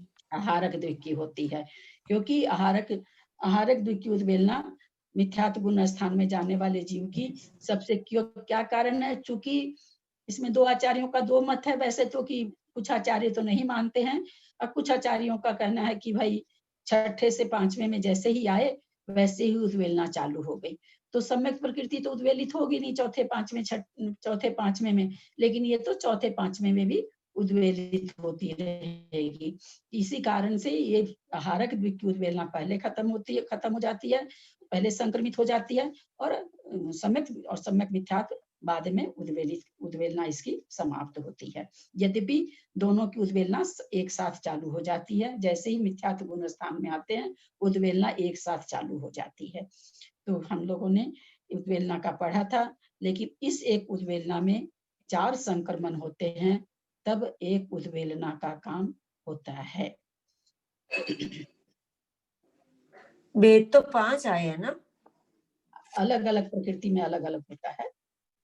हम पहले बोले ना कि किसी में 3 हाँ। होते हैं, किसी में 2 होते हैं, किसी में 1 ही होगा, किसी में 5 होंगे, है ना। अलग अलग प्रकृति का अलग अलग है संक्रमण।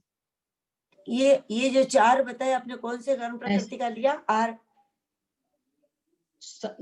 नहीं, 8 प्रकृति तो किसी में नहीं, 8 कौन से कर्म प्रकृति का हमने लिया? अभी जो 4 होते हैं, ये जो उद्वेलना वाली प्रकृति का 13 जो उद्वेलना वाली प्रकृति, 13 जो उद्वेलना वाली प्रकृति है उनका। उद्वेलना जिसमें होती है उसमें 4 संक्रमण होते हैं।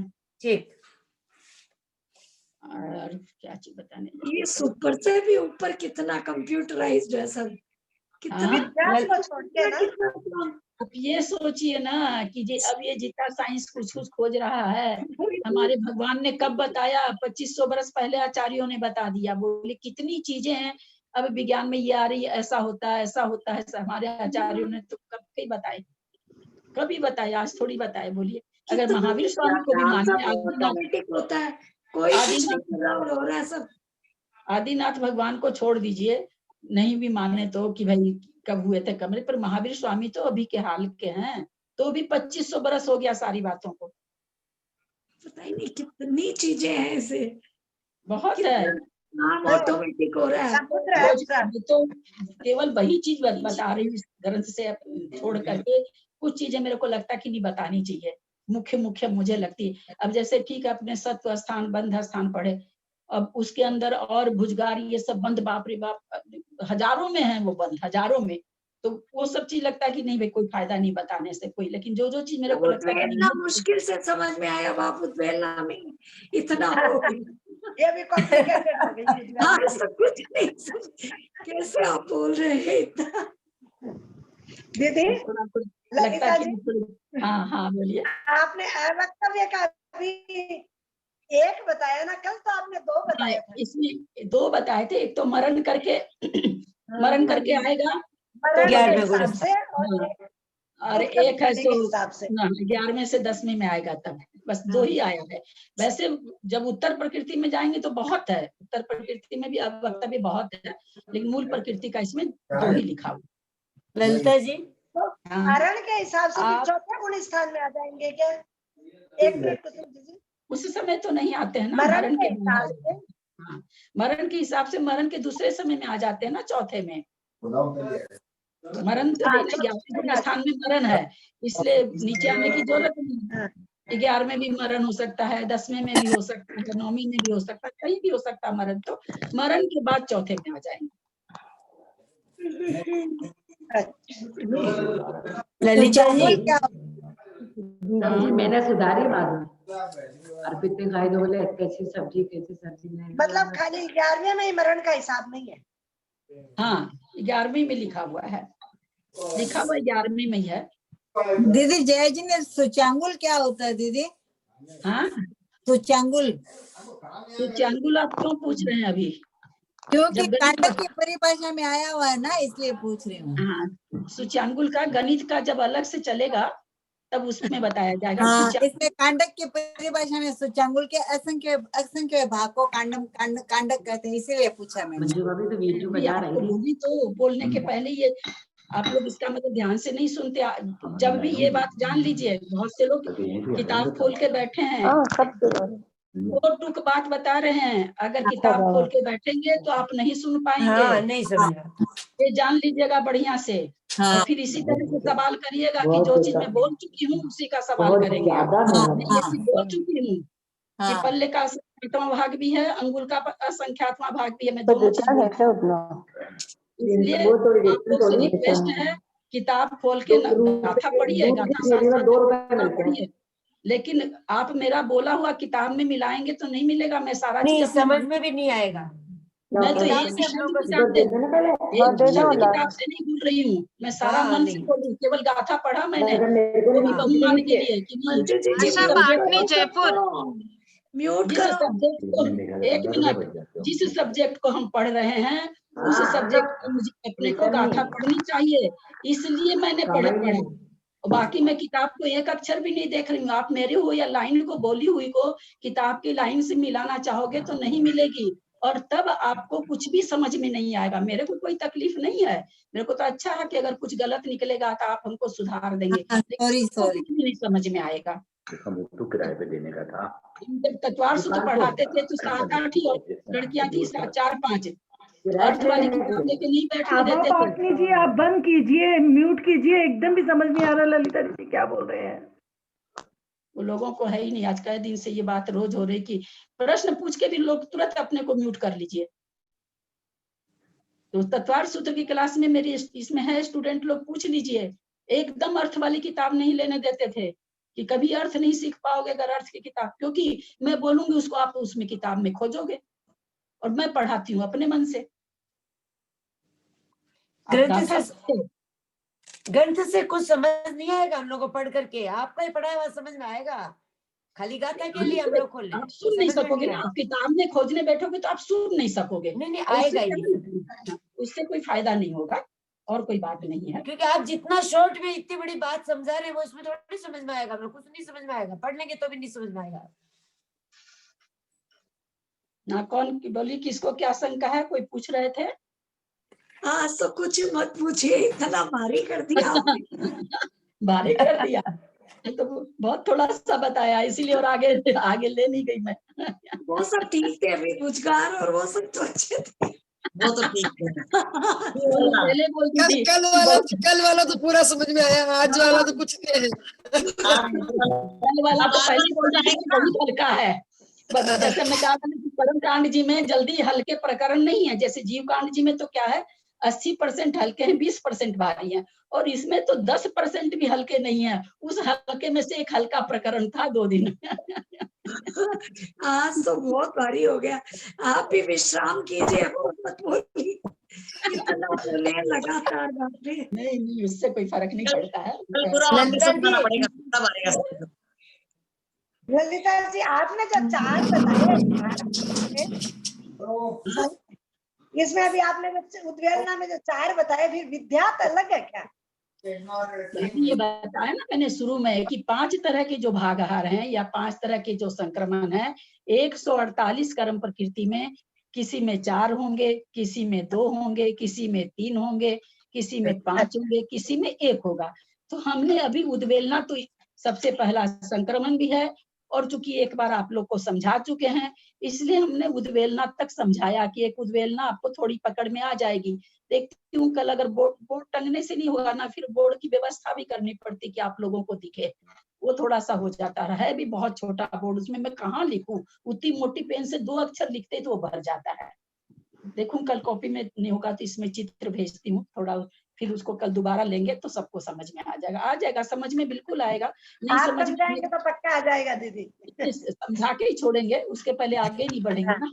समझा दीदी कांडक क्या होता है? कांडक मतलब समूह रूप में निषेकों का आना।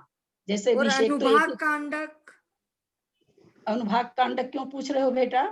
एकदम अलग सब्जेक्ट है, भ्रमित हो जाओगे, है ना। अनुभाग कांडक नहीं, वो जो अब अनुभाग कांडक मतलब अनुभाग का, यहाँ पर हम अभी क्या पढ़ रहे हैं, प्रकृति कांडक, प्रकृतियों के निषेकों का कांडक, है ना। प्रकृति के जो द्रव्य है, द्रव्य का निषेक हम लोग पढ़ रहे हैं। अनुभाग क्या है? फल देने की शक्ति है, वो एक अलग चीज है, वो भी कांडक के रूप में होता है, वो एक अलग चीज है ना। जहां हम अनुभाग कांडक की बात करेंगे जैसे 8वें गुण स्थान में होता है ना स्थिति कांडक घात, अनुभाग कांडक घात, वहां पर होता है। जहाँ 3 करण परिणाम होते हैं वहां पर ये कांडक घात होता है। आंटी फाली का मतलब क्या है? फाली का मतलब नहीं समझे। फाली का मतलब एक, जैसे अभी तो वो एक अंतर्मूर्त में एक कांडक को खत्म कर रहा था। मान लीजिए आप एक घंटे में एक बाल्टी आपने बना रखी है, एक एक बाल्टी पानी आप ले रहे हैं एक एक अंतर्मूर्त में, और बाद में जब एक बाल्टी सब कोई अपने को बंद रखो, सब अपने को बंद रखिए। 10 मिनट पता नहीं लोग सब कौन है। 10 बाल्टी पानी है किसी बड़े टैंक में, आप उसमें पहले एक बाल्टी पानी निकाल लिए, 10 मिनट के एक आवली में निकाल के खत्म कर दिए। उसके बाद आपने एक एक बाल्टी 8 बाल्टी पानी और निकाल दिया। ये उद्वेलना संक्रमण हो गया। अब उसमें एक बाल्टी पानी बचा, एक बाल्टी पानी को आपने उसको 10 ऐसा कोई नाप आपने बताया जिस डब्बे से वो 10 डब्बा पानी है।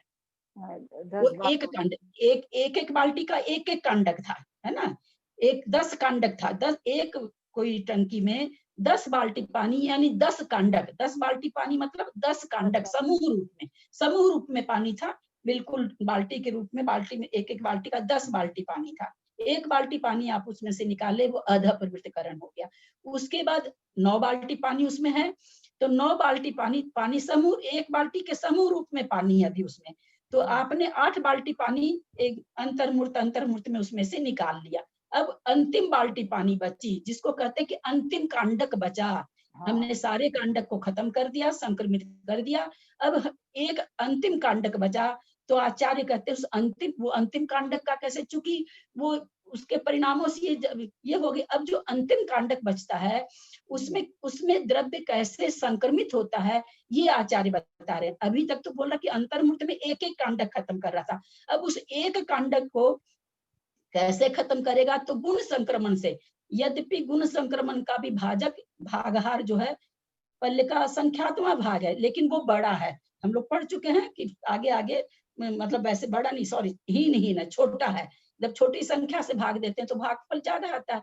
तो अब गुण संक्रमित के रूप में उस एक बाल्टी में मान लीजिए 20 मग्गा पानी है, तो 19 मग्गा पानी तक हमने गुण संक्रमण किया। गुण संक्रमण के द्वारा प्रति समय एक समय में पहले समय 2 मग्गा पानी निकाल दिए, 3 मग्गा पानी निकाल दिए, 4 मग्गा पानी निकाल दिए। इस तरह से हमने उसको प्रति समय में निकाले। यहाँ अंतर्मूर्त में कर रहे थे, वहां प्रति समय में काम हो रहा। 9 मग्गा पानी निकल गया, 1 मग्गा या 20 बोले होंगे तो 19 मग्गा पानी निकल गया। 1 मग पानी बचा, उसका होगा सर्व संक्रमण, माने आप एक बार में पूरा पानी ले लेंगे। ये नहीं सोचे भाई एक मग बचा है तो हम गिलास से 4 गिलास से निकालें, ऐसा नहीं होगा। वो एक समय में वो सारा का सारा द्रव्य, जिसको सर्व संक्रमण कहते हैं, उसका भागहार 1 है, तो सारा द्रव्य एक बार में निकल जाएगा। ये यहाँ पर आचार्य पर फाली मतलब फाली मतलब प्रत्येक समय का द्रव्य, और कांडक का मतलब समूह रूप से द्रव्य अंतर्मूर्त में खिलने वाला। तो लास्ट अंतर्मूर्त का लास्ट कांडक उसको कहते हैं। चरम कांडक के पहले वाला चरम कांडक के बाद वाला कांडक, यानी जितना चरम कांडक 10 मान लो 10 कांडक है, तो उसके पहले 9वें कांडक के बाद में उसमें गुण संक्रमण और सर्व संक्रमण होता है, सारा द्रव्य एक साथ। वहां जाकर के उद्वेलना में से कोई सोचे कि हम चौथे गुण स्थान में आ जाएं, हमको सम्यक प्रकृति उदय में आ जाए, तो वहां पर नहीं। उद्वेलना वाला काम होने के बाद में वापस वो काम नहीं होगा। उद्वेलना में आप आकर के वापस सम्यक उदय में ला सकते हो, उद्वेलना रोक सकते हो, लेकिन अगर गुण संक्रमण चालू हो गया तो फिर वो काम नहीं होता, क्योंकि उद्वेलना संक्रमण खत्म हो गया वहां पर। अब संक्रमण कौन सा हो रहा है? गुण संक्रमण हो रहा है और सर्व संक्रमण हो रहा है। ठीक है, बहुत अच्छा, बहुत अच्छा समझाया ललिता जी। अच्छा ललिता जी, भागहार मतलब क्या हुआ कि परिणाम ही हुए क्या? भागहार क्या चीज होएगी, किससे भाग दे? भागहार मतलब परिणाम हो गए ना? हाँ, परिणाम। और जो ये है और संक्रमण है अपनी प्रकृति का होएगा, मतलब अपने परिणामों से उसको भाग देंगे प्रकृति को, तब वो जितना द्रव्य आएगा उसका संक्रमण होएगा। हाँ, जितना वो भागहार से भागफल आएगा उतनी संक्रमित होगी। तो इसीलिए जो भाज्य है जिसमें हम भाग दे रहे हैं वो द्रव्य, जैसे वो तो द्रव्य हो गया, जिसमें भाग दे रहे वो द्रव्य हो गया। वो द्रव्य हो गया। जैसे मान लीजिए सम्यक प्रकृति है, मिश्र प्रकृति, उसका द्रव्य कितना है, तो हम लोग जाने ना कि जितने जीव, मान लीजिए सम्यक दृष्टि 100 आदमी है, तो 100 आदमी की सत्ता में सबके अलग अलग द्रव्य होगा। द्रव्य की क्वांटिटी, क्योंकि अपने यहाँ सब चीज कैसे नापी जा रही है, असंख्यात, है ना, असंख्यात तो अनंत भी अनंत तरह का। ऐसा थोड़ी कि अनंत को हम कह दे कि भाई इतनी दूर अनंत होता है, इतनी दूर में सब भाग है, ऐसा तो है नहीं, उसके भी अनंत भाग। उसी तरह से कि पल्य का असंख्यातवां भाग दे रहे हैं, तो वो पल्य का असंख्यातवां बहुत तरह का, अथवा अंगुल का असंख्यातवां भाग भी आ रहा है, सूची अंगुल का जो उन्होंने कहा, तो ये असंख्यात तरह का है। तो परिणाम भी असंख्यात तरह के, और जो सत्ता में द्रव्य है वो भी बहुत तरह का, सबका अलग अलग। तो ये सारी प्रकृतियों का होगा या खाली वो 13 प्रकृतियों का ही होगा? 13 प्रकृति में तो उद्वेलना हो रही है, उसके बारे में बताइए। और बाकी में सब में होएगा ये संक्रमण?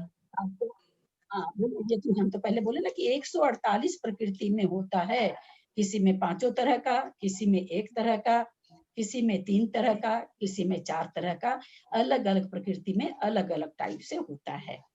हाँ, ऐसा नहीं कि सभी में 4 पहले तरह मेरे को का हो। भागार समझ में नहीं आ रहा था, अब भागार का असली मतलब परिणाम से, अपने परिणाम से जितनी स्थिति मेरे में या प्रदेश है उसको भाग देना। तो वो कितने हैं, वो परिणाम कितने हैं, वो परिणाम भी पल्य के असंख्यात में भाग है हमारे जो परिणाम को नापने का जो तराजू है वो कैसा है, तो पल्य का असंख्यातवां भाग है, उससे छोटा नहीं है, उसको संख्यातवां नहीं बोल सकते। उसको ये नहीं कह सकते कि पल्य का असंख्यातवां, पल्य का असंख्यात में भाग ही है सबका, उसमें सबका भिन्न भिन्न हो सकता है।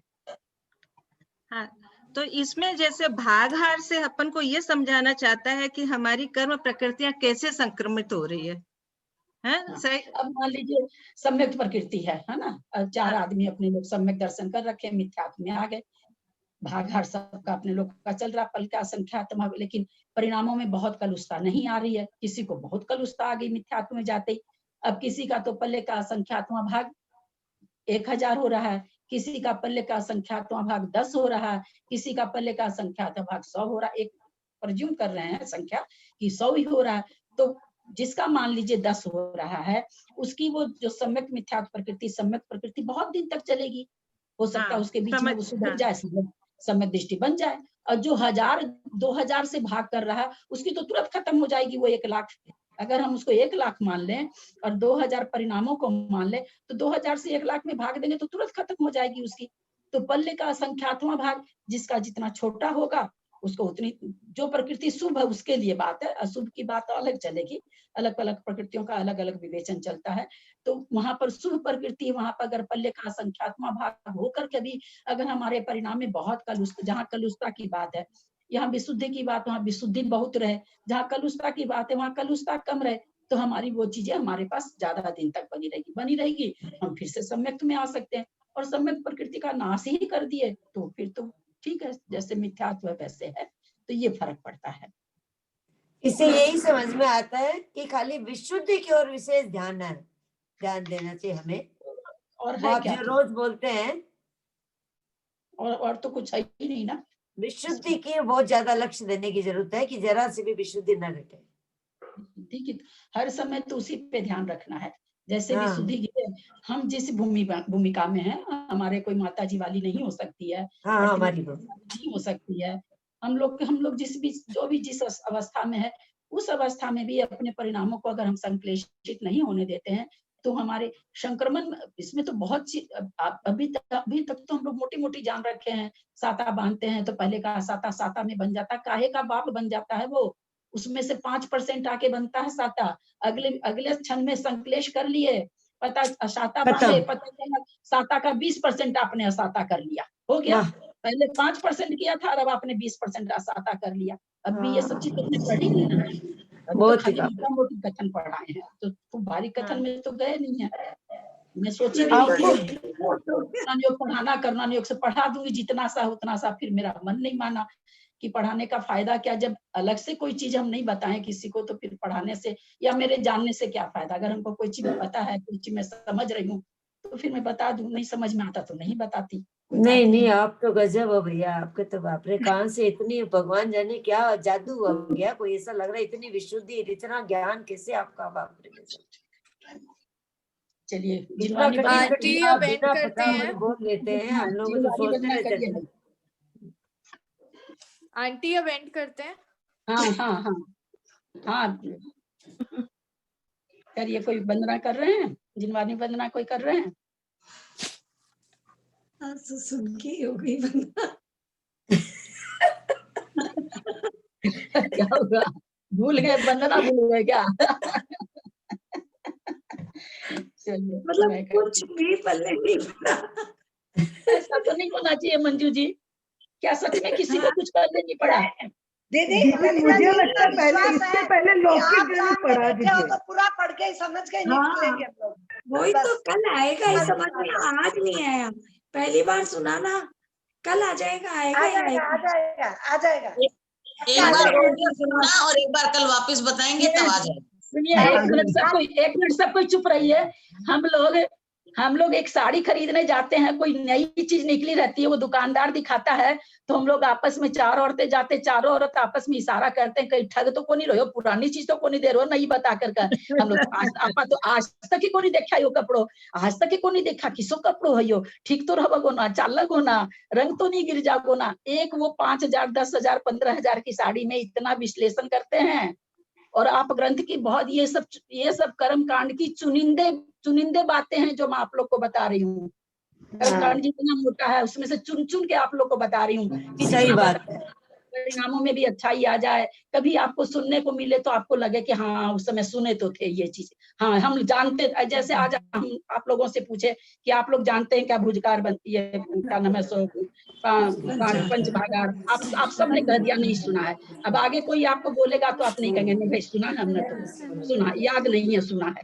तो एक साड़ी में हम जब ऐसा करते हैं तो इतना बड़ा सिद्धांत ले रहे हैं तो कुछ तो समय लगेगा ना पहचाने में।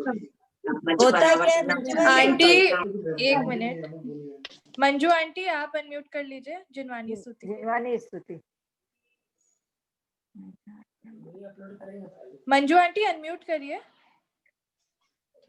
हाँ, जय बोलिए जिनवानी द्वादशांग माता की जय।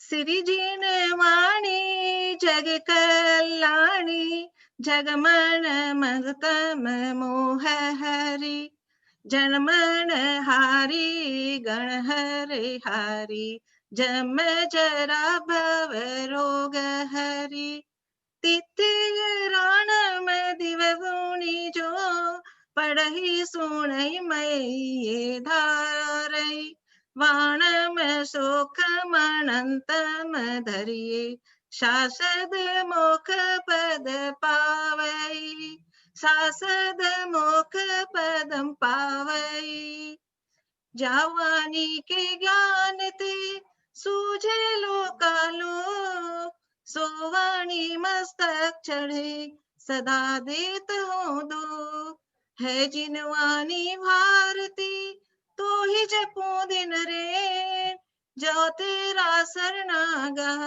सो पावे सुख चैन। बोलिए जिनवानी माता द्वादशांग माणी की जय। नमो